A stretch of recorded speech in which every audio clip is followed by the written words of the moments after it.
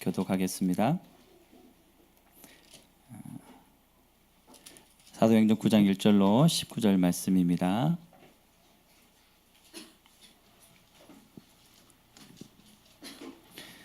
네. 9장 1절로 19절 말씀 교독하겠습니다.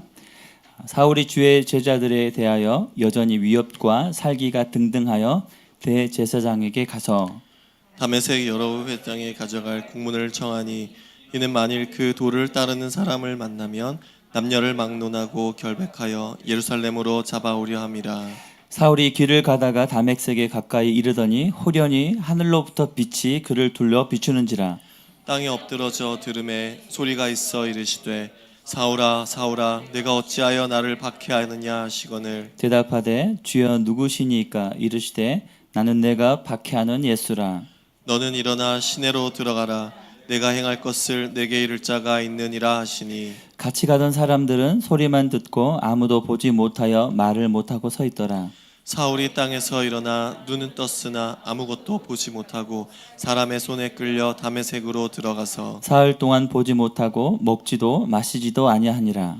그때 다메섹에 아나니아라 하는 제자가 있더니 주께서 환상 중에 불러 이르시되 아나니아야 하시거늘 대답하되 주여 내가 여기 있나이다 하니 주께서 이르시되 일어나 집가라 하는 거리로 가서 유다의 집에서 5 사울이라는 사람을 찾으라. 그가 기도하는 중이니라.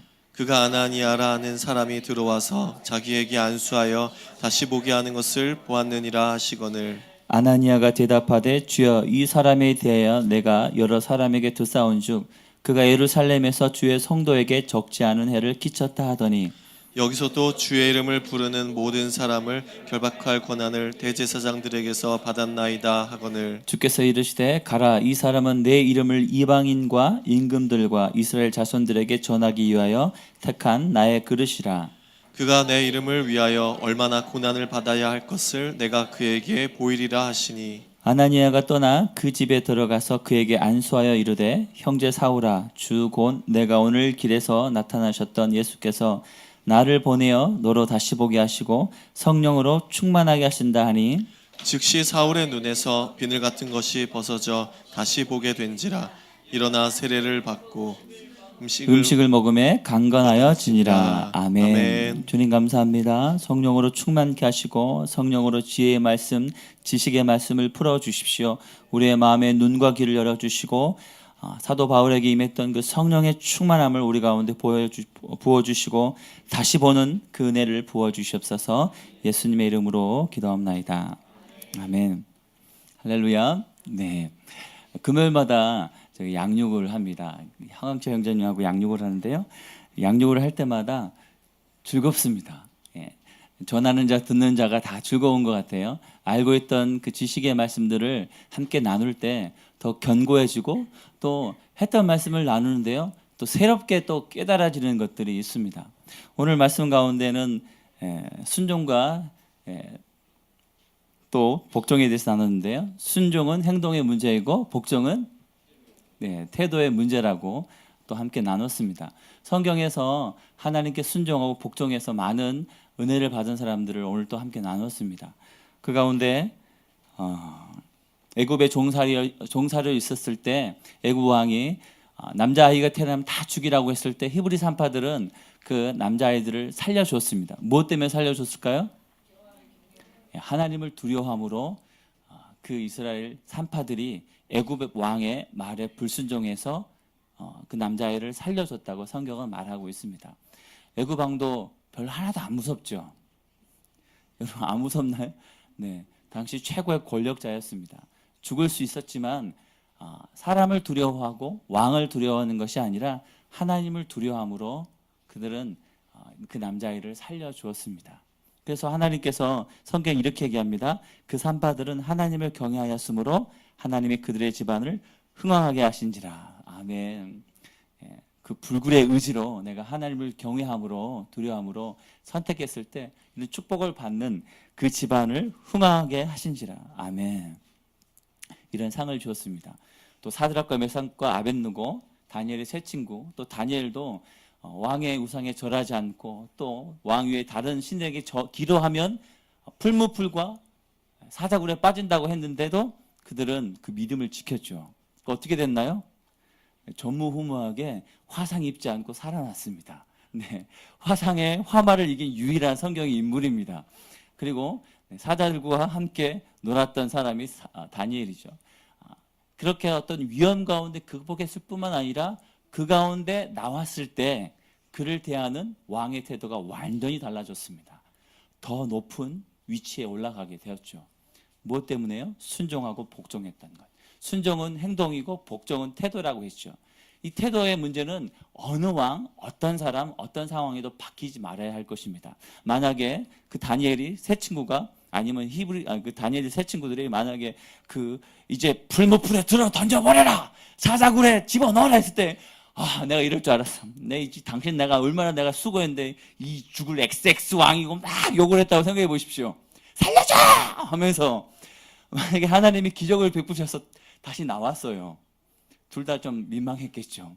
어떻게 해야 되나? 내가 아까 막 욕을 했는데 어떻게 하나? 왕은 내가 그런 욕을 받았는데 저놈들을 하나님이 살아계신 건 맞는 것 같은데 이걸 어떻게 해버릴, 굉장히 난감한 상황이 되었을 때지만 그들은 태도를 온전케 했습니다. 누구에게 순종했습니까? 하나님께. 하지만 하나님의 말씀에 위배되는 것들은 믿음으로 거절했죠. 하지만 태도는 올바르게 했습니다. 그래서 하나님이 그들에게 더 높은 지위와 또 많은 축복들을 내려주셨습니다. 구약에서는 이렇게 믿음의 선택을 했을 때 축복을 참 많이 주셨어요. 근데 신약에서는 어렵습니다. 오늘 말씀 9장 전에 스데반이 나오죠. 스데반은 성령이 충만했습니다. 그래서 그 충만함으로 바리새인들과 또 제사장들과 논쟁을 하게 됐죠. 예수는 그리스도다. 그리고 담대히 전파했습니다. 지식이 충만했었나 봐요. 그래서 구약의 역사를 다 이스라엘 백성들은 토라를 어릴 때부터 배웠기 때문에 역사에 대해서 정통하겠죠. 그리고 당신이 그 예수님을 하나님이 약속 그 예수님을 죽였습니다 했을 때 사람들이 마음에 찔렸지만 그 스데반을 죽였습니다. 그리고 돌로 쳐 죽였죠. 구약에서는 믿음의 선택을 했지만 믿음의 선택을 해서 축복을 받지만 신약에서는 때로는 그런 현 시대, 이 시대에 축복을 못 받는 경우가 있습니다. 시대도 많은 그런 간증들을 해요. 예전에 오늘도 그런 얘기를 했는데 예전에 이선세 목사님이라고 오셔서 그 집사님이 어떤 큰 계약권을 딱 해야 되는데 그 시간이 양육받을 시간이에요. 그래서 사장님 죄송합니다. 제가 양육받을 시간이어서 이 계약을 못하고 먼저 가겠습니다 하고 눈물을 흘리면서 그 계약 장소에서 뛰쳐나왔다는 그 간증을 들었죠. 그래서 그 계약이 끝나버렸나요? 하나의 은혜로 저 사람 정말 된 사람이다 해서 그를 더 인정하고 그 계약을 성사해서 큰 축복을 받은 일도 있습니다.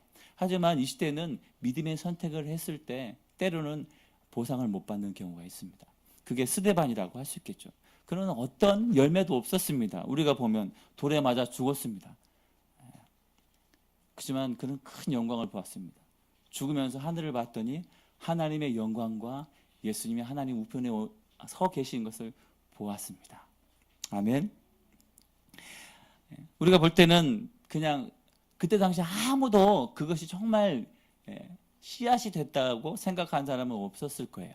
근데 그것이 씨앗이었습니다. 그래서 8장 1절에 보면 사람들이 옷을 벗어서 사울 앞에 증인으로 이렇게 옷을 벗었다라고 얘기합니다. 왜 이 이야기가 갑자기 8장 1절에 사도 바울이 그때는 사도 바울이 아니었죠. 사울이 나왔을까요? 하나님께서 9장에서 그를 부르기 전에 사도 바울을 먼저 불렀다고 성경은 그렇게 돌려서 얘기하는 것입니다. 8장 4절에 보면 흩어진 사람들이 있었습니다. 스데반이 죽자 박해가 일어났습니다. 엄청난 박해가 일어나서 예루살렘에 있던 사람들이 각지로 흩어졌습니다. 흩어진 사람들, 그래서 다메섹 또 어디 많은 곳에 사람들이 흘러갔겠죠. 그래서 이 사도 바울은 그때는 사울이었죠. 사울이 대제사장에게 공문을 받아서 예수 믿는 사람들을 잡아 죽일 수 있는 공문을 가지고 이제 다메섹에 가게 되었습니다. 그때 9장 4절에 보면 드디어 오늘 우리가 본문 읽었던 사건이 일어나죠. 3절에 보면 하늘로부터 빛이 그를 둘러 비치는지라 라고 얘기하고 있습니다. 빛이 비쳐서 사도 바울은 땅에 엎드려서 들음에 소리가 있어서 사울아 사울아 내가 어찌하여 나를 박해하느냐. 사도 바울이 예수님을 만났을까요? 본 적이 있을까요? 이때 사도 바울이 나이가 몇 살이었을까요? 네, 제가 나이를 계속 물어보죠. 재밌습니다. 여러 가지 문헌을 보고 또 이렇게 봤더니 정확하게 나이를 맞추지 못했어요. 보통 대부분 한 30대 정도. 그리고 24세에서 60세까지 40세까지인가를 이제 청년으로 치는데 사람들이 옷을 벗어서 증거로 삼았다고 했다는 것을 보니까 사도 바울이 어느 정도 위치 선 사람이라고 볼 수 있습니다. 우리 사무엘에게 옷을 벗어줍니까? 그럴 일 없겠죠. 뭔가 될 만한 사람이기에 옷을 벗어서 증거로 삼겠죠. 그래서 보통 대부분 한 30살 정도로 얘기를 합니다. 그럼 이때가 예수님이 돌아가고 한 몇 년, 한 3년에서 5년 사이라고 사람들이 얘기해요. 2000년 전이니까 한 1, 2년 정도는 양해해 주세요. 네, 정확히 알 수가 없습니다. 그래서 예수님 돌아가신 지 한 몇 년 정도 된 사이 가운데 사도 바울이 한 30세 정도 이 사건이 있다고 얘기합니다. 그 예수님을 만났을까요? 성경에서는 전혀 나오지 않아서 뭐라고 말씀할 수 없습니다. 그런데 그때 당시 대제사장 비롯해서 제사장과 바리새인과 서기관들은 누구를 죽이려고 했죠? 예수님을 죽이려고 했습니다. 이 사도 바울이 어느 정도 위치에 있었기 때문에 예수님보다 몇 살은 좀 어렸던 것 같아요. 예수님 몇 년 전에 30살부터 해서 33살로 돌아가셨으니까 비슷한 때에 한 몇 년 뒤에 태어났다고 보통 이렇게 보고 있습니다. 같이 자랐고 그러면 그때 예수님이 어떤 사람인지는 사도 바울이 이 스데반 사건 전부터 알고 있었다는 얘기입니다. 혹시 예수님이 십자가에 못 박혀 돌아가셨을 때 멀리서 봤을지도 모르겠어요. 같이 갔던 사람들은 소리만 듣고 아무것도 보지 못해서 어리둥절하게 됐습니다. 놀라운 영적인 체험을 통해서 예수님의 음성을 듣죠. 사울아 사울아 내가 어찌하여 나를 박해하느냐. 누구십니까? 나를 박해하는 예수니라 라고 예수님의 음성을 처음 듣게 됩니다. 우리 이런 체험하기를 정말 원하잖아요. 예수님 음성 듣고 싶은 분? 아멘. 그럼 여러분 눈이 멀 수 있습니다. 그리고 네. 뒤에 나오잖아요. 고난을 받아야 할지. 예. 그 얘기는 싫잖아요. 그냥 만나면 좋잖아요. 예. 우리 영적 체험을 너무 좋아합니다. 그래서 기도할 때 음성 듣기를 되게 사모하잖아요. 저도 되게 사모하거든요. 저도 때로는 막 구르고 싶어요. 굴러본 적도 있습니다. 근데 흔치는 않아요. 저도 넘어지고 싶습니다. 누가 밀어서는 아니면 예의상 말고요. 진짜 성령이 탁 터치해서 푹 하고 날았다 그런 거 얘기하고 싶어요. 하나님이 성령으로 확 부어주셨는데 내가 푹 날아서 몇 미터 막 날아서 꽂혔다고. 이게 무용담처럼 들을 때도 있습니다. 근데 주의할 때가 있어요. 영적인 체험을 했다고 내가 영적으로 뛰어난 사람이 아니라는 것입니다. 그리고 영적인 체험했다고 해서 큰 상급이 있는 게 절대 아닙니다. 그 다음에 영적인 체험했다고 인격적으로 훌륭한 건 절대 또 아니더라고요. 영적인 체험과 우리의 신앙적인 인격적인 모습은 전혀 다르다는 것을 말씀하고 있습니다. 그리고 영적인 체험했다고 하나님 나를 특별히 사랑하실까요? 아멘. 제가 아이들이 3명이잖아요.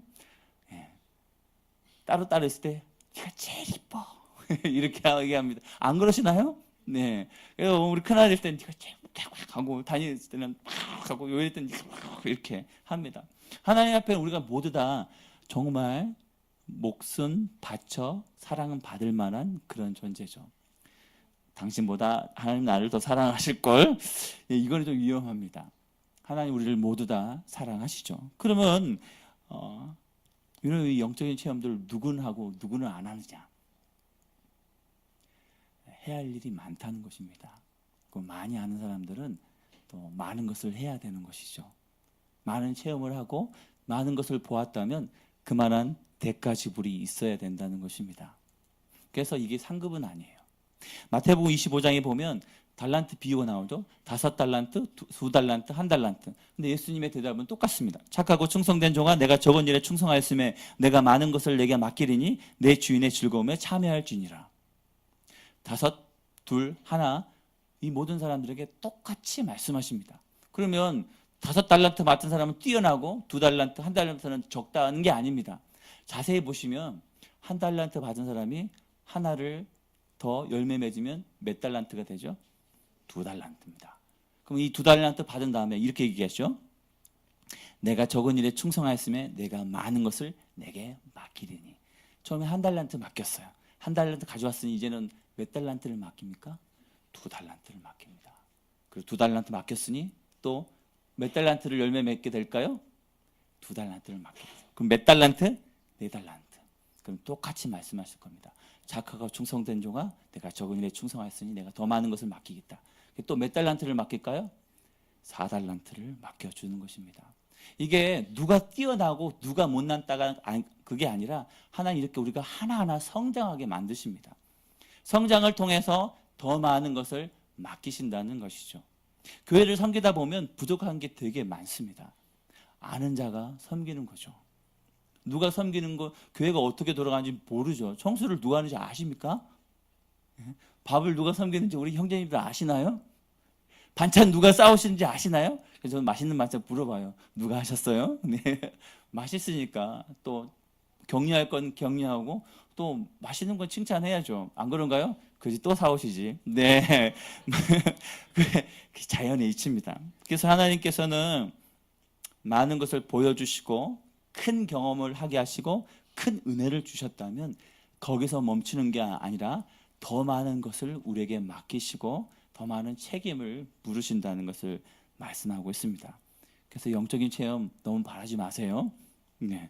그래도 저는 체험하고 싶습니다. 네. 아멘. 사도 바울은 눈이 멀었습니다. 정확히 어떻게 됐는지 모르겠지만 하늘로부터 큰 빛이 둘러쳤다고 얘기해요.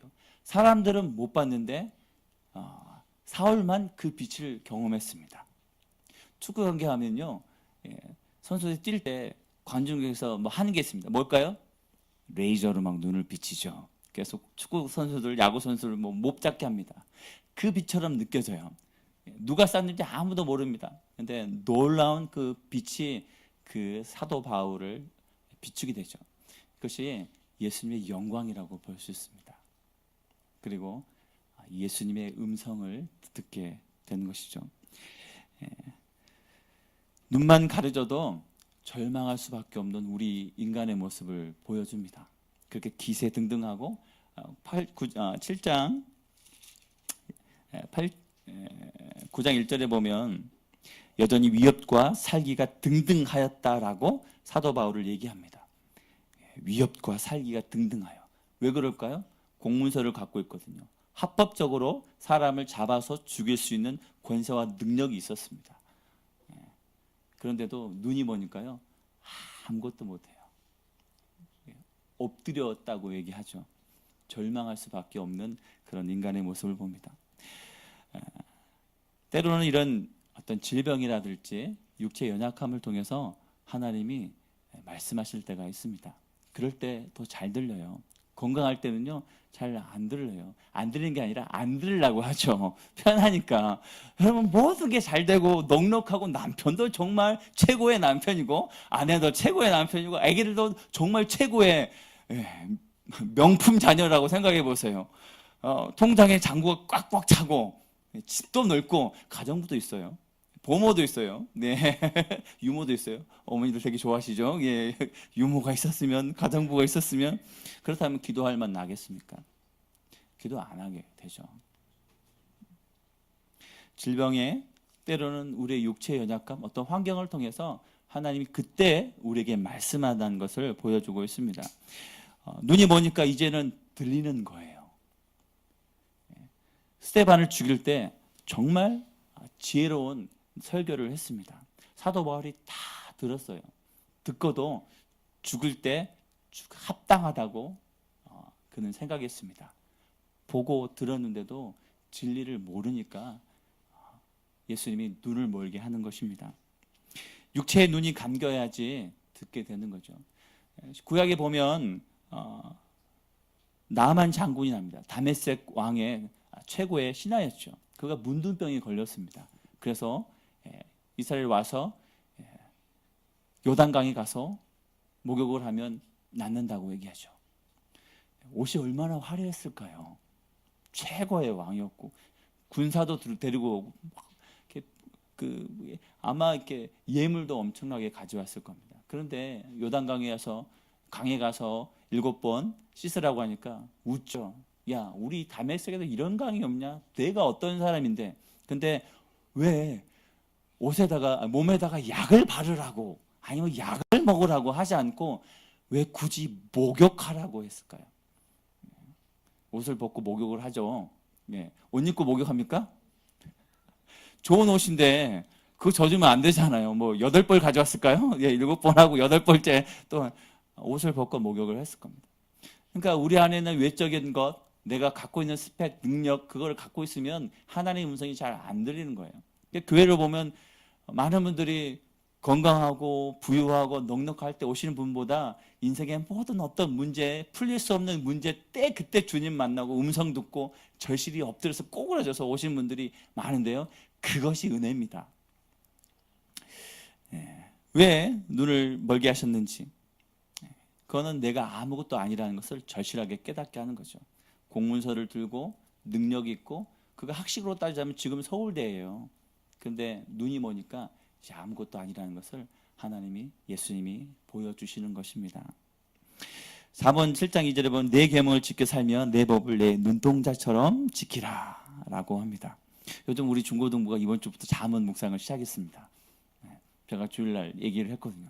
너희들 이런 식으로 가면 등잔빛이 어둡다고, 너희 부모님들 어른들은 열심히 3시간씩 기도하고 말씀 매일 묵상하며 씨름하는데 너희들 다 교회 떠난다. 제가 중고등부를 같이 맡은 지 한 1년 됐는데요. 그런 부담감이 있더라고요. 애들이 마음에 이렇게 여유가 많고요. 부유한 것 같아요. 문제가 뭔지도 모르고 인생의 꿈도 모르고 꿈도 없고 또 아픔도 없어요. 다 괜찮대요. 안 괜찮은 것 같은데 다 괜찮대요. 그러니까 말씀이 안 들어가고 앞에서 자요. 쩍벌나무로. 같이 수련회 가도 어른들은 눈물 콧물 흘리면서 기도하는데 어떤 애는 은혜를 받긴 해요. 근데 어떤 애들은 그냥 멀뚱멀뚱 보고 뭐 은혜 받았다고 얘기했는데 진짜인지 긴가민가 뭐 찍어보고 맛보고 알 수도 없으니까, 그죠? 그래서 마음에 그런 큰 부담감이 있습니다. 방언받고 뭐 달라지긴 하죠. 근데 방언받았다고 인생이 확 바뀌나요? 여러분 방언받았다고 인생이 바뀝니까? 바뀌었나요? 아니죠. 근데 아이들한테 그거 바라시면 안 돼요. 본인도 방언받고 인생 바뀌었으면 너희도 방언받고 인생 바뀌어야지 할 수 있는데 우리도 안 바뀌거든요. 아이들한테 너무 많은 걸 바라지 마십시오. 뭐 사도바울처럼 눈 한번 확 멀고, 몰라요. 진짜 아이들이 눈이 멀어갖고 그 다음에 눈이 떠이면서 진짜로 내가 주님께 모든 것을 받지 이렇게 할 수도 있겠지만, 여러분들의 모습을 보면서 아이들한테 요구를 하십시오. 여러분이 성령 충만하시죠? 믿음 충만하시죠? 말씀 충만하시죠? 안 되잖아요. 좀 어렵잖아요. 많이 부족하잖아요. 아이들도 마찬가지거든요. 은혜 받았다고 해서 모든 것이 바로 바뀌어야 되지만 안 되는 것도 있습니다. 한 친구가 이렇게 묵상을 올렸습니다. 제가 눈동자를 지키는 것 같이 하나님의 말씀을 지키고 있지 않은 것 같습니다. 우리 몸에서 정말 중요한 눈동자를 지키는 것처럼 하나님의 말씀을 듣고 마음에 새기며 지키고 싶습니다. 매일마다 올려라. 저는 제가 긴가민가 했는데 이렇게 계속 갔다가는 도저히 안 될 것 같아서 한 친구한테는 일일해. 넌 10분, 그래 넌 5분. 왜 나 일일해요? 네 그릇이 크잖아. 그랬더니 하면서 오늘 안 나왔네. 네, 그럼 일일을 하라니까 일일하고 올리고 있습니다. 그리고 10분, 5분씩 하는지는 올리라 그랬더니 그건 안 올리는데요. 그래도 아이들이 아침 아니면 저녁마다 그냥 몇 줄이라도 말씀을 올리고 있어요. 그것이 출발이죠. 전에는 잠언이고 뭐고 말씀이고 2주일에 뭐 말씀 보고 오나요? 솔직히 보면 부모님이, 어떤 친구는 부모님이 읽으라고 해서 읽고 오는 친구도 있는데 없습니다. 대부분. 저도 되게 많은 부담감이 있어서, 그래서 우리 어떤 형제님이 야 집에 12시에 일일했다고 문자 와 라고 하니까 애들이 아무 말도 이게 없다더라고요. 아이들이 할 얘기가 없죠. 네 그분보다 더 바쁘지? 너도 집에 가면 9시, 10시지? 그리고 뭐 집안 청소하고 설거지하고 뭐 하고 다 하지. 아이들 안 하잖아요. 그러니까 믿음의 그런 모습이 아이들은 큰 도전이 되는 것을 보게 됩니다. 사람이 태어나면 보는 게 먼저일까요? 듣는 게 먼저일까요? 태어나자마자 아빠, 엄마 이렇게 보나요? 아기를 낳아봤어요. 예. 처음에 태어나면 눈이 잘 안 보인다고 하죠. 듣죠. 그래서 하면 깜짝 놀라는 것처럼 듣는 것이 가장 중요합니다. 그래서 보니까 딴 생각하고 보니까 안 들어오니까 하나님 눈을 확 막아서 듣게 하시는 것이죠. 제자들은 마태복음 17장에 보면 변화산에 사건이 나옵니다. 그때도 구름 속에 빛난 구름이 나타나고 하나님의 음성이 나타나죠. 내 사랑하는 자여 기뻐하는 자라 하자 제자들이 엎드려집니다. 그런데 무슨 말을 했는지 몰라요. 이쪽에 초막을 지어서 하나는 엘리야를 위해, 하나는 모세를 위해, 하나는 뭐 자기들이 무슨 말을 했는지 하나도 모른다고 합니다. 그만큼 하나의 영광이 컸다고 얘기를 하는 거예요. 근데 사도 바울은 엎드렸는데요, 정확히 물어봅니다. 주여 누구시니까? 그리고 이거밖에 안 나왔는데요, 사도행전 22장 10절에 보면 내가 이르되 주님 무엇을 하리까? 정신이 말짱말짱했어요. 대단한 담력입니다. 하나님 앞에서 정신 잃어버리지 않고 이게 뭐야가 아니라 누구요? 내가 뭐 해야 돼요? 이렇게 물어봤다는 대단한 사람이죠. 이게 뭐냐면 사도 바울을 정신을 잃어버리게 한 다음에 예수님 말씀하지 않았습니다. 아주 맨정신 정신이 말똥말똥할 때 예수님이 얘기하죠. 사울아 사울아 내가 어찌하여 나를 박해하느냐. 나는 내가 박해하는 예수라. 그리고 9장 6절에 너는 일어나 시내로 들어가라. 내가 행할 것을 내게 이를 자가 있느니라 하시니라. 예수님은 비인격적으로 얘기하지도 않으십니다. 그리고 비몽사몽간에 정신을 잃어버린 다음에 세뇌를 시키는 것도 아닙니다. 사도 바울이 정신이 온전할 때 그 이성과 양심과 마음 깊은 곳에 너가 나를 박해하는 예수라고 분명하게 말씀하십니다. 하나님 인격적으로 말씀하세요. 사도 바울은 9장 1절에 보면 여전히 위협과 살기가 등등했다고 합니다. 그리고 9장 13절에 보면 아나니아가 적지 않은 해를 끼쳤다고 합니다. 그만큼 소문이 파다하게 났어요. 예루살렘과 다메섹이 되게 거리가 그때 당시 하루 거리도 아닙니다. 되게 먼 거리였는데요. 그 거리까지 모든 그 사도 바울이 어떤 인물인지가 다 드러났고 또 사도 바울이 어떤 일을 했는지 모든 사람들이 알고 있는 거죠.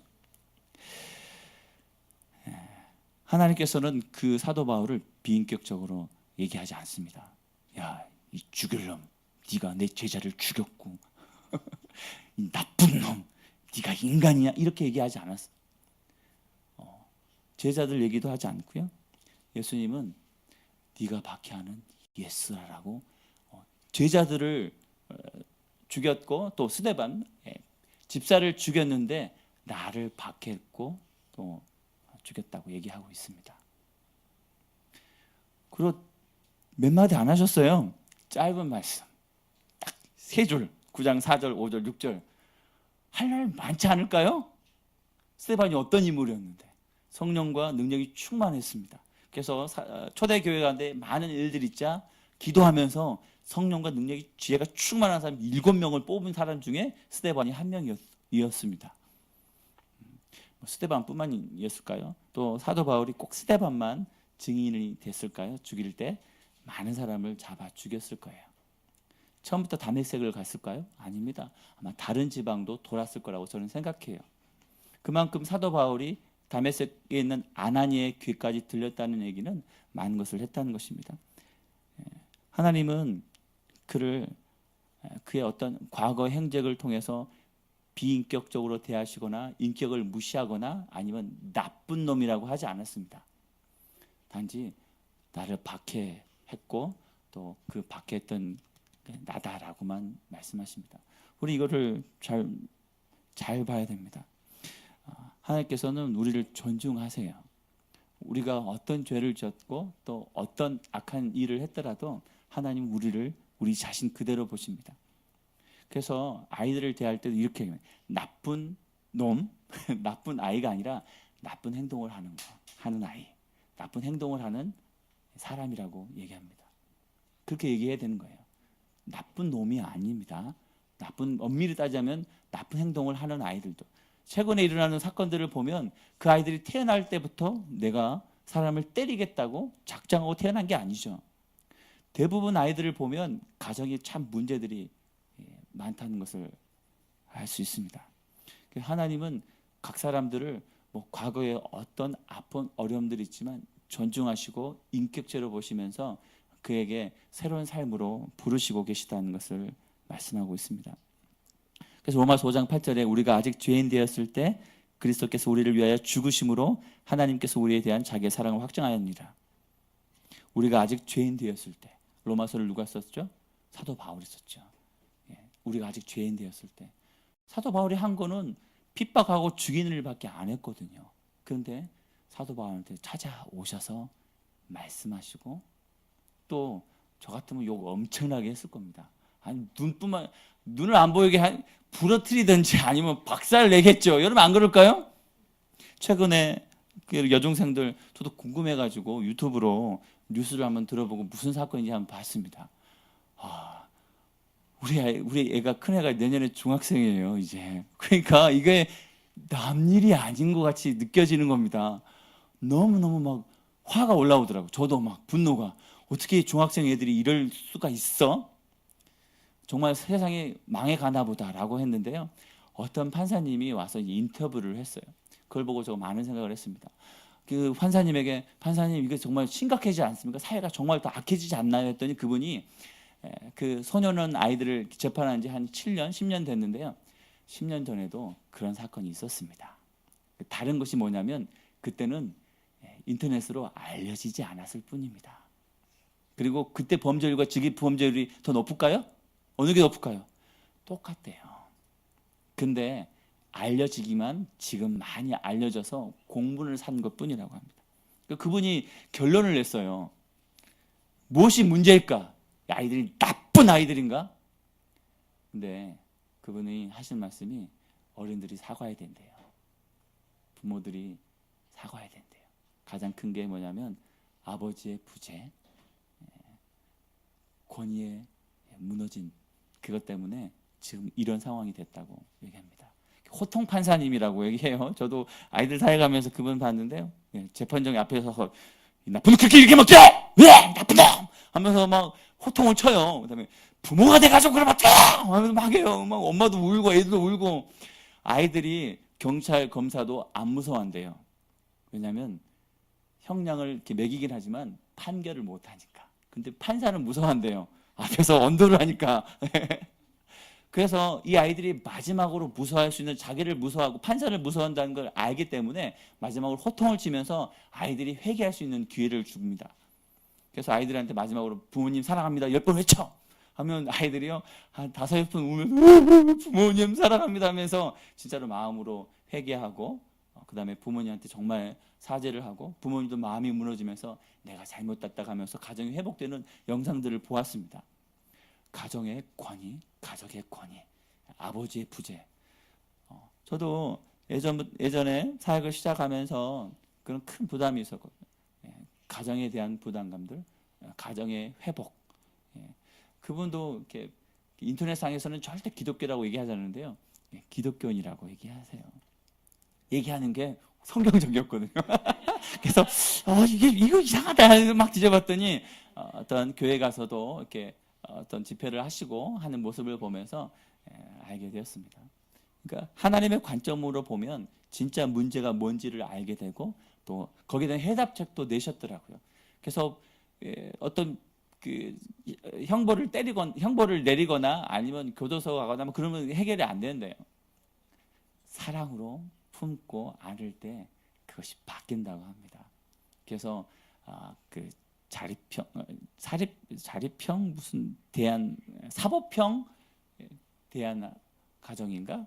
그래서 가정을 만들어서 거기 아이들 보내서 따뜻하게 사랑을 받고 회복하고 그렇게 했을 때 재범률이 되게 낮아졌다고 하고 지금은 무슨 법률적으로 해서 지원도 받는다고 합니다. 그냥 잘못했다고 하는 것이 해답이 아니죠. 예수님도 이 나쁜 놈 어쩐 놈이 네가 지금까지 한 일을 다 나열하면서 네가 정말 나쁘다라고 하실 수 있는데 딱 세 줄만 말씀하셨습니다. 뭐 성경에 이거밖에 안 나왔다고 이것만 얘기했을까요? 네. 근데 이 얘기를 듣고 사도 바울은 다메섹에 들어가서요. 사흘 동안 3일 하루 이틀 사흘 3일 동안 금식하며 이렇게 사흘 동안 보지 못하고 먹지도 마시지도 아니하니라. 보지 못하는 것은 자기가 힘으로 안 되는 거죠. 근데 먹지도 마시지도 않는 결단을 통해서 금식하면서 3일 동안 기도합니다. 뭐라고 기도했을까요? 회개했죠. 회개. 뭐라고 회개했을까요? 예수님이 기도할 수 있는 제목을 세 가지 줬습니다. 첫 번째 뭐라고 할까요? 회개하라고. 나를 박해하느냐? 내가 박해하는 예수라. 네가 박해하는 게 사람이 아니라 나다. 하나님의 아들 나 예수를 네가 박해했다고 회개하라고 말씀하십니다. 사람에 대한 회개가 아니고요.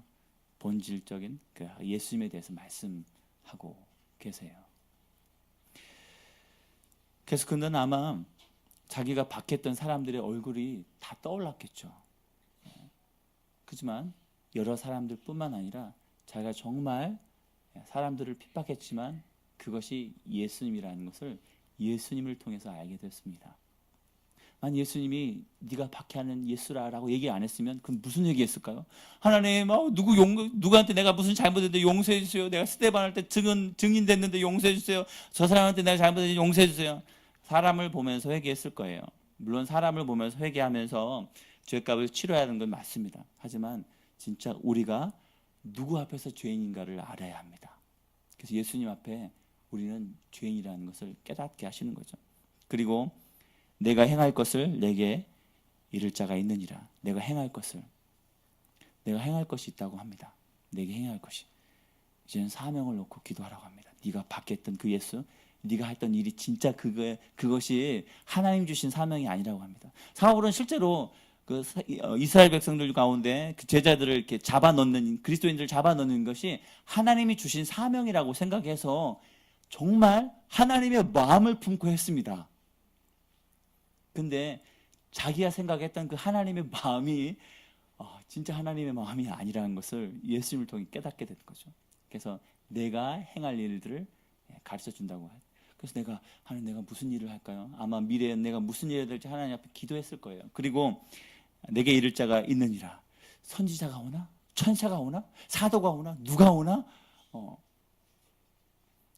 그런 회개하면서 또 자기의 미래에 대해서 또 누가 나를 인도해 줄까 하고 어떤 리더를 기다렸을 거예요. 그것에 아나니아가 순종합니다. 아나니아에게 나타납니다. 같은 다메섹에 있었어요. 다메섹에 있을 때 환상 중에 아나니아에게 나타납니다. 그래서 예수님께서 말씀하시죠. 일어나 아나니아라 하시면서 11절에 보면 일어나 직가로 가라. 거리로 가서 유다의 집에서 5사람 사울이라는 사람을 찾으라. 그가 기도하는 중이니라. 예수님께서 기도하는 중이라고 말씀하셨어요.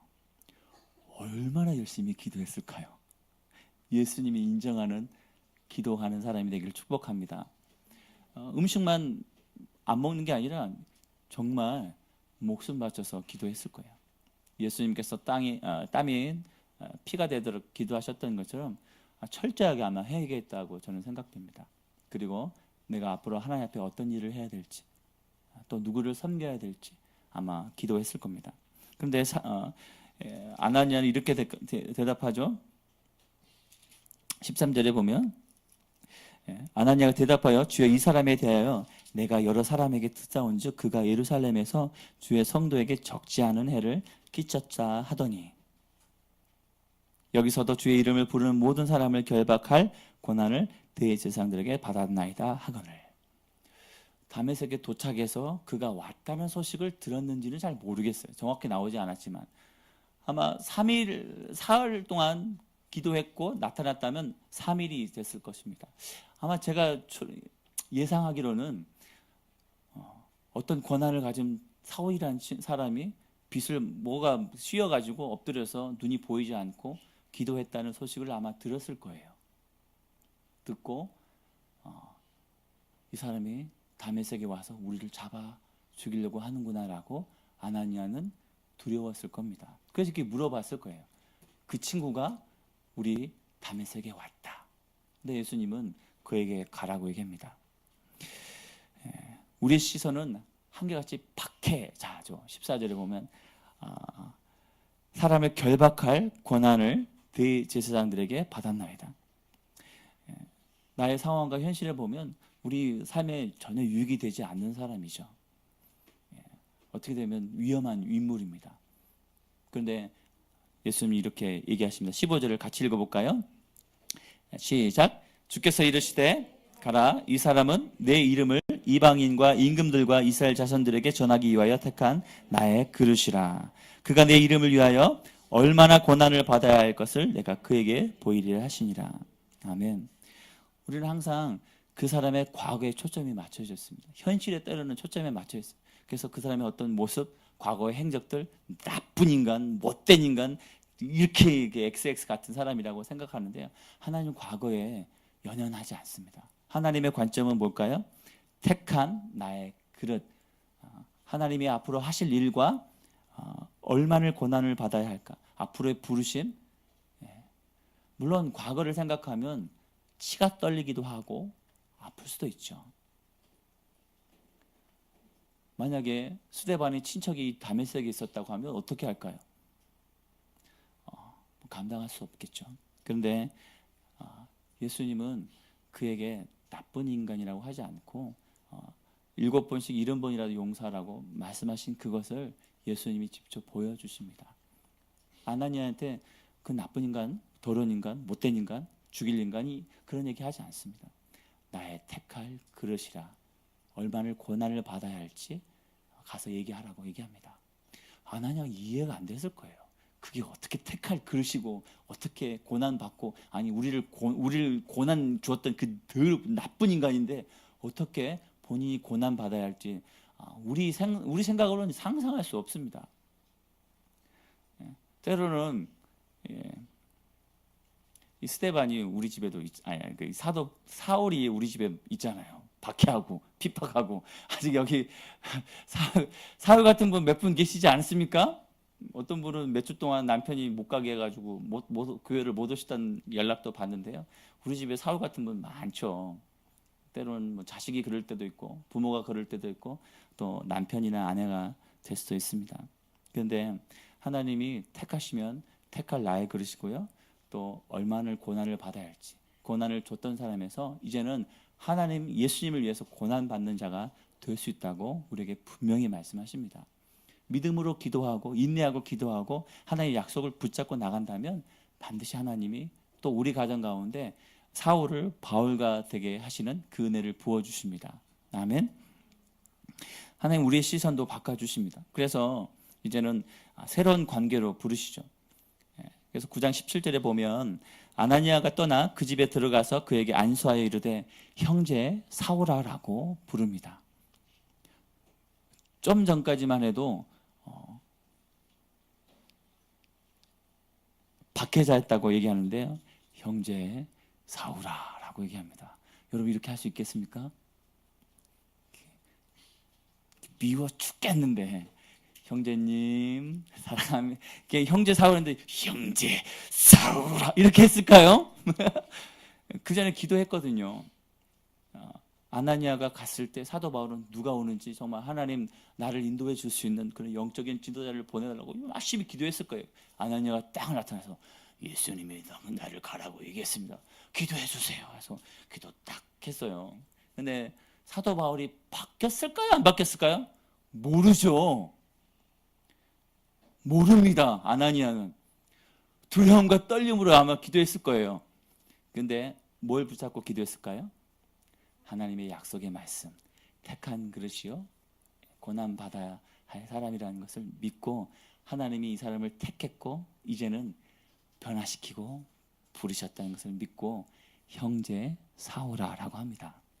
우리 사람을 우리 감정으로 용서할 수 없습니다. 이해할 수 없습니다. 저도 우리 자녀들을 이해할 수가 없습니다. 어린데요. 근데 자세히 보면요, 원래 그런 거예요. 아이들이 집에서 가만히 앉아서 학교 오면 바로 밥 먹고 공부하고 씻고 탁 잡아요. 아침에 일어나서 어머님 학교 다녀오겠습니다 하고 학교 갔다가 뭐 학원 갔다가 탁 와서 잘 다녀왔습니다 하고 밥 먹고 공부하고 자요.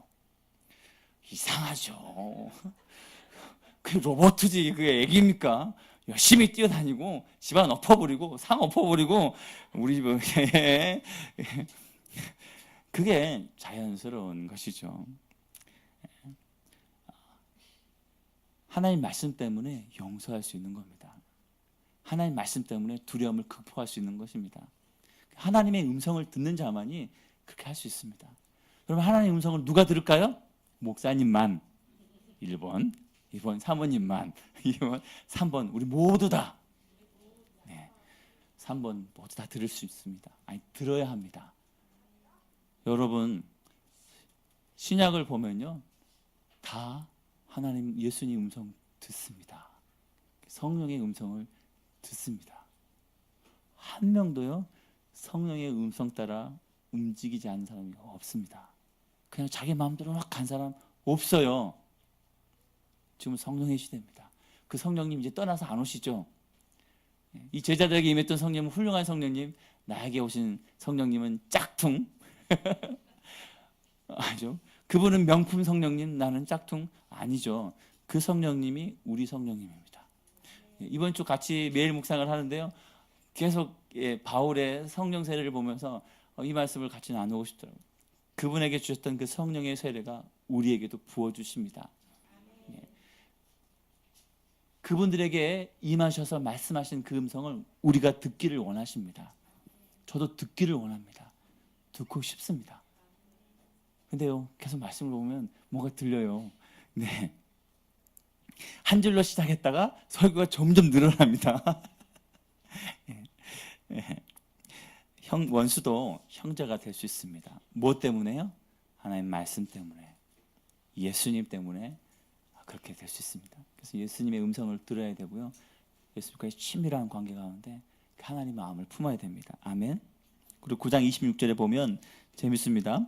26절 읽어볼까요? 시작. 사울이 예루살렘에 가서 제자들을 사귀고자 하나 두려워하여 그가 제자됨을 믿지 아니하니. 그가 죄자됨을 믿지 않는다고 했습니다. 사도 바울이 박해자에서요 형제가 되더니 이제는 제자가 되었습니다. 근데 다른 제자들이 안 믿어져요. 답답합니다. 이 성경에서는 정확히 나오지 않았는데요 이 9장이 한 10년 정도 차이가 납니다.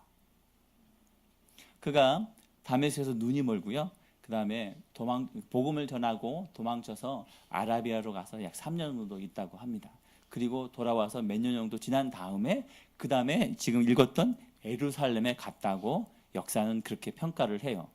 그래서 뭐 아라비아를 먼저 갔는지 몇 년을 정했는지 정확히 나오지 않지만 약 7년에서 10년 가까이 그가 하나님 앞에 시간을 보낸 다음에 예루살렘에 간 것으로 많은 사람들이 얘기합니다.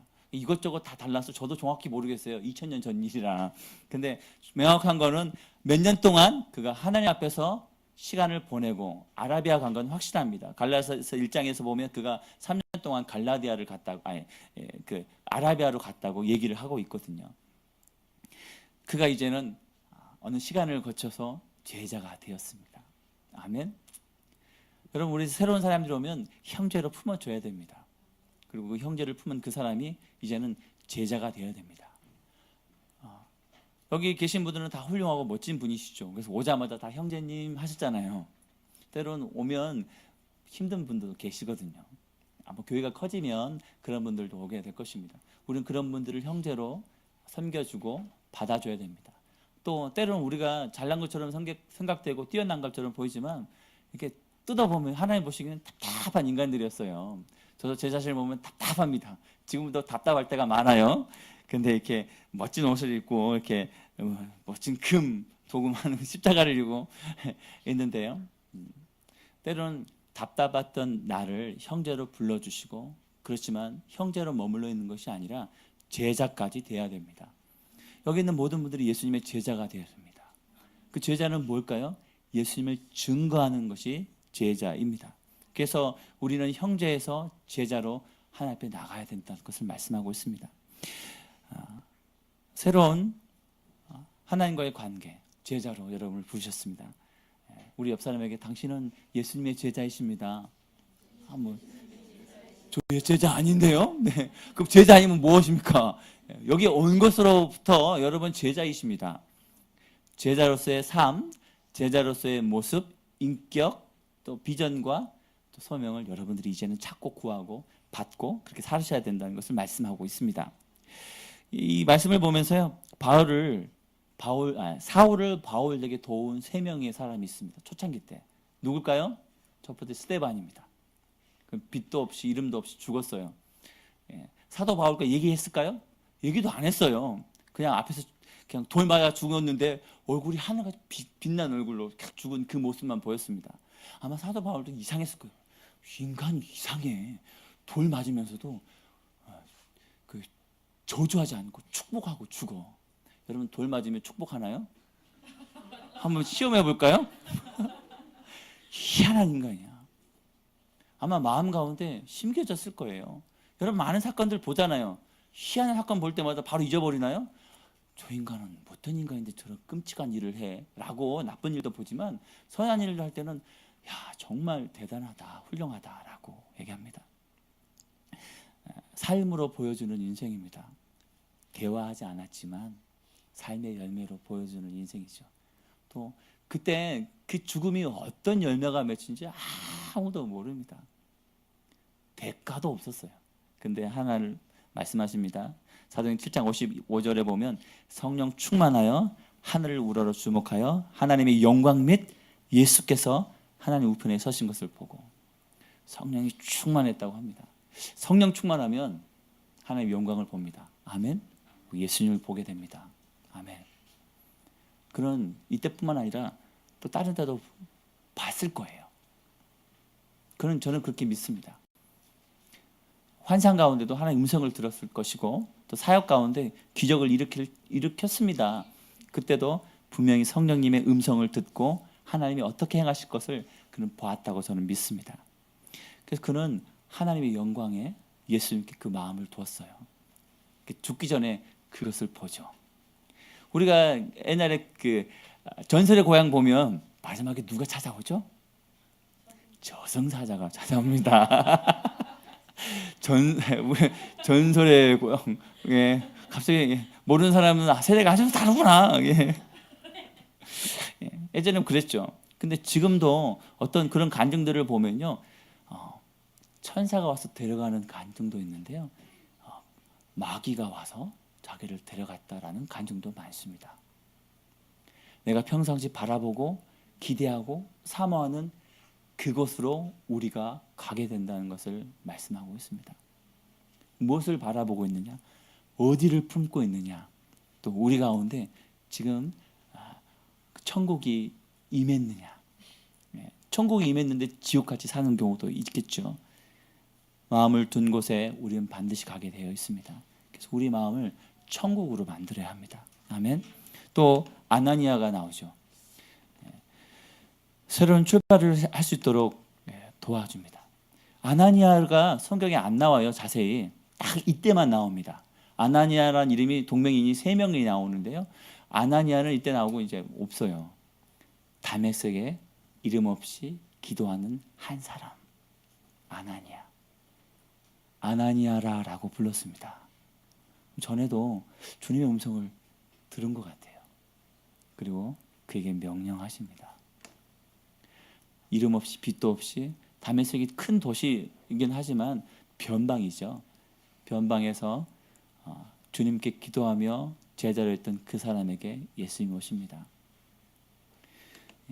이 사도 바울이 그 아나니아가 어떻게 특별한 인물이라고 생각했을까요? 아마 왔을 때는 와, 선지자다, 사도다라고 생각했겠죠.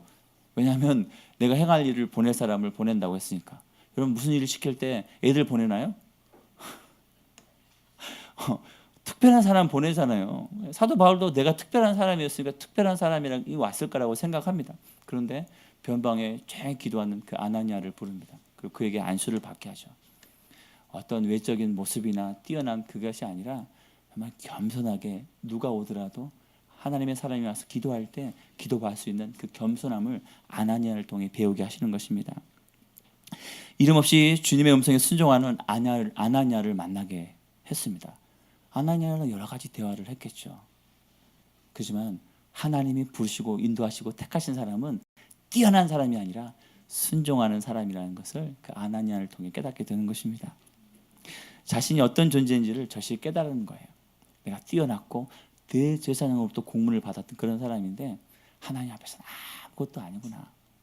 하나님 쓰시는 사람은 하나님을 경외하고 하나님의 음성 듣고 순종하는 그 사람이라는 것을 깨닫게 되는 것입니다. 그리고 바나바가 나옵니다. 9장 26절에 보면요, 사울이 예루살렘에 가서 제자들을 사귀고자 하나 다 두려워하여 그가 제자들을 믿지 아니하니 바나바가 데리고 같이 읽어볼까요? 사도들에게 가서 그가 길에서 어떻게 주를 보았는지와 주께서 그에게 말씀하신 일과 다메섹에서 그가 어떻게 예수의 이름으로 담대히 말하는지를 전하니라. 아멘. 바울이 나 이제 제자예요, 사랑합니다 형제님 했는데요, 10년 전의 일을 아직도 두려워해요. 그래서 이 사람 혹시 스파이 아니야? 이렇게 어려워합니다. 답답했겠죠. 아무리 얘기해도 안 믿어져요. 그 마음을 바나바가 풀어줍니다. 그가 어떻게 주를 보았는지, 또 어떤 말씀을 들었는지, 그리고 또 어떤 삶을 살았는지 바나바가 풀어줍니다. 자기가 할 수 없는 일들을 하나님의 사람이 와서 대신해 준다는 걸 경험하게 되는 거예요. 그래서 하나님이 나의 마음을 분명하게 풀어주시고 또 돕는 손길들을, 그 이후로부터 바와 함께 선교 여행을 가게 됩니다. 권위자 바나바 밑에서 여러 가지 훈련을 받게 되는 것이죠. 권위와 순종을 바나바를 통해서 배우게 되는 것입니다. 사도 바울이 직접 만났던 아냐 간에 이 세 사람을 통해 그런 후에 그 모든 1차, 2차, 3차 전도 여행들을 시작하게 되는 것을 보게 됩니다. 하나님 우리를 혼자 신앙생활하라고 부르지 않았습니다. 고독한 수도승이 아닙니다. 그래서 기도를 열심히 하고 산 깊은 곳에 가서 내가 10년 동안 하루에 15시간씩 기도하고 20년 동안 수련했습니다. 성경이요, 한 300도 했을 겁니다. 그게 영성이 뛰어난 게 아니에요. 예. 절대 그렇게 부르지 않으셨어요. 왜요? 너무 진짜 같아서요? 저도 그렇게 자랑하고 싶어요. 네. 하나님 우리를 삶 속에서 부르셨어요. 그래서 아나니아처럼 용서할 수 없는 그 사람을 이렇게 용서하는 자로 부르셨습니다. 영성이 깊다는 것은요, 다른 게 아닙니다. 성령 충만해서 용서할 수 있는 사람입니다. 하나님의 마음을 전하면요, 생명의 열매를 맺습니다. 나의 마음을 전하면요, 다 죽습니다. 인간적인 열매를 맺기도 하고요. 하나님의 마음을 전하는 것이 영성이 깊은 사람입니다. 그리고 어떤 신앙적인 스펙을 많이 쌓은 것이 영성이 뛰어난 게 아니에요. 신앙에도 스펙이 있어요. 성경 몇 독 했다, 기도 몇 시간 했다, 금식 며칠 했다. 저도 스펙 따지면 꽤 돼요. 제 나이에 그렇게 하신 분 별로 없어요. 근데 아무것도 내 인생에 또 주님 앞에서 쓸데없는 거예요. 천국 가서 그 스펙 딱 쌓으면서 이렇게 그걸로 이력서 낼 건가요? 절대 그 이력서가 될 수도 없습니다. 하나님 그거 쳐주지도 않아요. 하나님의 마음을 품고 오늘 나의 그 앞에 벌어진 일 가운데 순종하며 섬기고 사랑했는지 그것을 물어보시는 겁니다. 연봉이 1, 2억 됐다고 하나님이 더 기뻐하시고, 아니면 허드렛 일을 한다고 하나님이 슬퍼하시고, 그런 거 아니죠. 하나님은 그냥 지극히 내한테 그 1달란트, 2달란트, 5달란트 지금 맡겨준 일에 최선을 다할 때 하나님 그것으로 기뻐하십니다. 그래서 다른 사람 비교할 필요도 없습니다. 사도 바울이 열심히 영적 체험하고 1차, 2차, 3차 전도 여행하고 유럽까지 가서 로마까지 갔어요. 정말 위대해요. 뛰어나요. 우리보다 훌륭해요. 아닙니다. 천국에서는 똑같아요. 물론 상급이 좀 다를 수 있습니다. 또 오늘 그 얘기했는데요. 그러면 천국에도 계급 사회네요. 상급이 다르니까. 그런가요? 아니죠. 천국에는 가족입니다. 가족. 그래서 부부 관계는 없습니다. 하지만 예수님 안에서 형제여 자매인 것이죠. 그 가운데 상급이 좀 있을 뿐입니다. 천국에 있는 것만 해도 즐겁죠. 여러분, 형이 큰 방 쓴다고 해서 작은 아이가 막 붕괴할까요? 왜 나는 큰 방 안 주고 형은 나는 작은 방 쓰 이러나요? 형이니까 큰 방 쓰는 거죠. 그죠? 부모니까 안방 쓰시는 거죠. 부모님이 안방 써. 아, 나는 왜 작은 방일까? 부모님을 작은 방으로 옮기고 내가 큰 방을 가도 내가 역정모의를 부모님 엎어버리면 이거 아니죠. 아니면 연로하신 부모님이 이전 며느라이가 안방을 쓰고 나는 작은 방 쓰나? 나를 무시하는 이거 아니잖아요. 가족은 그런 거 아니죠? 천국에서 그런 거 아닙니다. 그래서 누가 상급을 많이 받으면 서로 기뻐하고 즐거워하고 축복하고 서로를 존중하고 사랑하고 인정해주고 기뻐하는 것. 누구는 뭐 은멸류관, 금멸류관, 뭐 생명의 멸류관, 멸류관이 다르겠지만 아마 멸류관이 다 다를 거예요. 아니면 각 사람마다 멸류관이 다 있을지 모르겠습니다. 이 사람 이런 멸류관, 이 사람 멸류관, 이런 멸류관, 이런 멸류관. 초등학교 때 그런 상 안 받을, 우리 요즘 그렇게 상 받더라고요. 칭찬상, 뭐 여심상, 뭐 말 잘 듣는 상, 뭐 별별 상이 다 있어서 다 받아요. 그게 최고의 상인 줄 알잖아요. 우리 최고의 상으로 인정해 주죠. 네. 하나님 우리를 그렇게 하나님의 마음을 전한 자로 부르셨습니다. 이 사도 바울을 보면서요. 사도 바울이 우리보다 뛰어난 자인가요? 우리는 그래 박해 안 했잖아요. 열심히 살았잖아요. 출발이 더 좋습니다. 사도 바울은 많은 사람을 전도했잖아요. 우리는 전도 하나도 못했잖아요. 그래서 우리가 부족하나? 아닙니다. 우리 가정에 있는 그 믿지 않는 나의 자녀나 남편, 아내, 부모님, 형제, 자매를 놓고 기도하는 그것을 하나님은 크다고 보십니다. 지극히 작은 것에 충성된 자, 그걸 하나님께서 말씀하고 계십니다. 9장 17절 한번 읽어볼게요. 시작.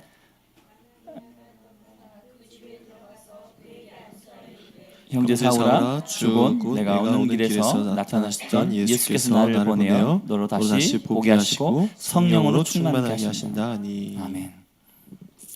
다시 보게 하시고 성령으로 충만케 하신다고 하십니다. 다시 보면 뭘 봐야 될까요? 예수님을 바라보라는 거죠. 그래서 그의 삶을 리셋하는 겁니다. 과거와는 끝, 절단내는 거죠. 그리고 이제 예수님을 바라보라고 합니다. 그리고 무엇으로 충만해야 합니까? 성령으로 충만하라고 말씀하십니다. 그래서 우리가 매일마다 주님을 바라보고 성령으로 충만할 이유가 여기 있습니다. 성령 충만하지 않으면요 다른 것으로 분명히 충만하게 됩니다. 맞더라고요. 여러 가지 시험을 해봤는데요. 성령 충만하지 않으면 분명히 우리 안에 채워져야 돼요. 밥 안 먹으면 배고파져요. 뭔가로 태워야 됩니다. 물로는 잘 안 돼요. 하여튼 뭔가를 채워야 됩니다. 요즘 저도 밤에 야식을 조금 했더니 뭔가 채워지기 시작하는데요. 네. 성령으로 충만하지 않으면 혈기가 충만하든지 세상의 영으로 충만하든지 미움으로 충만하든지 아니면 비판과 판단과 원망으로 충만하게 됩니다. 100%입니다. 그래서 매일마다 주님 앞에 성령으로 채워달라고 기도해야 된다고 말씀하고 있습니다. 스미스 위글스워스 목사님은 성령 세례를 받게 되면 이렇게 얘기합니다.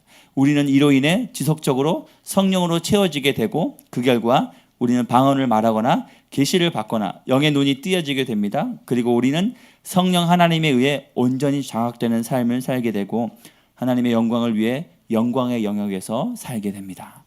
아멘. 저도 이렇게 되고 싶습니다. 이 기도합니다. 하나님 나를 온전히 사로잡아 주세요. 나는 안 되더라고요. 내 힘은 안 되고 내가 뭔가를 하려고 해서 여러분 되던가요? 그래서 오늘도 그 성령님 나를 사로잡아 달라고 기도하고 울면서 주님 앞에 매달리는 것이죠. 하나님 은혜가 필요합니다. 은혜와 진리가 그 충만하신 그분. 그래서 하나님의 은혜가 필요하고요. 은혜 갖고는 안 됩니다. 진리가 있어야 됩니다. 그래서 오늘 요한복음 말씀을 시작할 때 읽었죠. 은혜와 진리가 충만하더라. 하나님의 은혜로 우리는 구원받았습니다. 또 회개했고 또 하나님의 자녀가 됐습니다. 이제는 진리가 충만해야 됩니다. 그래서 말씀으로 충만해야 됩니다. 기쁨으로 충만해야 됩니다. 믿음과 사랑으로 충만해야 됩니다. 예수님은 성령에 대해서 이렇게 얘기하십니다. 성령 그가 너에게 모든 것을 가르치고 내가 너에게 말한 모든 것을 생각나게 하시리라. 요한복음 14장 26절입니다. 또 16절 14절에 그가 내 영광을 나타내리니 내 것을 가지고 너에게 알리시겠습니다. 성령님께서 예수님을 보여주시고 또 하신 말씀을 생각나게 하시고 또 예수님을 더 깊이 알게 해주신다고 말씀하고 있습니다. 그 성령 충만을 구합니다. 성령 충만이 답입니다. 아멘. 성령은 하나님의 마음을 알게 하십니다. 아멘. 그래서 영성이 있다는 것은 다른 게 아니라요, 성령 충만하다는 것입니다. 그래서 성령의 열매를 맺는 게 영성이 있다는 것이죠. 기도를 많이 하고 말씀을 많이 보고 뭔가 고행을 했다는 게 영성이 아닙니다. 성령의 열매는 맺어서 뭐 할까요? 본인만 먹고 꿀꺽하고 창고에 쌓아둔 게 성령의 열매인가요? 먹고 나누라고 있는 거죠. 가정 속에서, 직장과 삶 가운데서 그 성령의 열매를 나눠주고 쓰라고 있는 것입니다. 그래서 영성이 있다는 것은요, 믿음이 충만하다는 것은요, 성령이 충만하다는 것은 삶 가운데서 열매, 성령의 열매를 맺는 삶이 성령 충만한 삶이고 하나님 기뻐하시는 삶입니다. 아멘. 그래서 우리 삶 속에서 그렇게 성령님께 순종하며 순종 가운데 주님의 뜻을 이루기를 축복합니다. 오늘도 그렇게 기도했으면 좋겠어요. 하나님 다시 보게 해주십시오. 아직도 우리 마음 가운데 비늘이 많이 껴있는 게 참 많아요. 또 외적인 것들이 많이 있습니다. 그 모든 것을 벗어버리고 또 씻어주시고 또 떨어나가 버리고 이제는 주님만 바라보게 하여 주시고 성령님 우리를 사로잡아 주십시오. 그래서 스데반처럼 때로는 빛도 없이 이름도 없이 아무것도 없이 죽지만 그것을 통해서 한 영혼이 살고 또 그 한 영혼을 통해서 로마까지 나가서 하나님 역사를 일으키는 그런 씨앗이 되기를 소원합니다. 또 아나니아처럼 이름 없는 곳에서 정말 주님 앞에 믿음으로 기도하고 순종하며 따라가는 그런 아나니아가 되도록 붙들어 주십시오. 그리고 또 나에게 그런 은혜가 있다면 이제 바나바처럼 한 영혼을 품고 또 그 마음을 풀어주고 주님께로 인도할 수 있는 그런 믿음의 사람으로 또 영적인 권위자로 저를 인도하여 주십시오. 나의 힘이 아닌 그 성령의 능력으로. 그래서 다시 보게 해주시고 성령으로 충만케 해주십시오. 우리 그 마음으로 오늘 밤 같이 남은 시간 함께 기도하겠습니다. 우리 기도할 때 주님의 이름을 한번 부르며 같이 기도하겠습니다. 주여, 주님 이곳에 성령으로 충만케 하여 주십시오. 다시 보게 하여 주십시오. 라샤바야마 캐라바 케레베 케레베 캐라바케 라샤